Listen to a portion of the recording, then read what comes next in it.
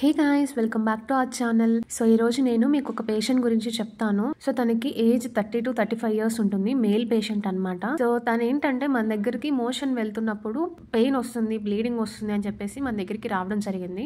తనకి మనం ఎగ్జామినేషన్ చేసినప్పుడు తేలింది ఏంటంటే తనకి హెమరాయిడ్స్ ఇంకా ఫిజర్ ఉందన్నమాట. సో అయితే మనం కొన్ని బ్లడ్ టెస్ట్లు చేయించాము బిఫోర్ అడ్మిషన్. సో ఆ బ్లడ్ టెస్ట్ లో తేలింది ఏంటంటే తనకి అన్కంట్రోల్ షుగర్ ఉంది. ఆర్బిఎస్ వచ్చేసి మోర్ దాన్ 400 ఉండడం జరిగింది అనమాట.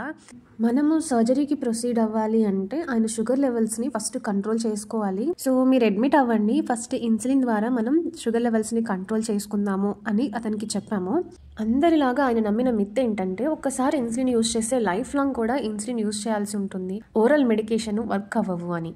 అప్పటి వరకు కూడా అడ్మిట్ అవుతాను అన్న పర్సన్ మనము ఇట్లా షుగర్ ఉంది, దాన్ని కంట్రోల్ చేయాలి ఫస్ట్ అని చెప్పిన తర్వాత తను అడ్మిషన్కి విల్లింగ్ లేరనమాట. సో మనం ప్రీవియస్ కూడా చూసాం కదా, షుగర్ పేషెంట్ నెగ్లెక్ట్ చేయడం వల్ల ఫ్యూ డేస్లోనే మొత్తం యాబ్సెస్ అయిపోయింది. So never neglect.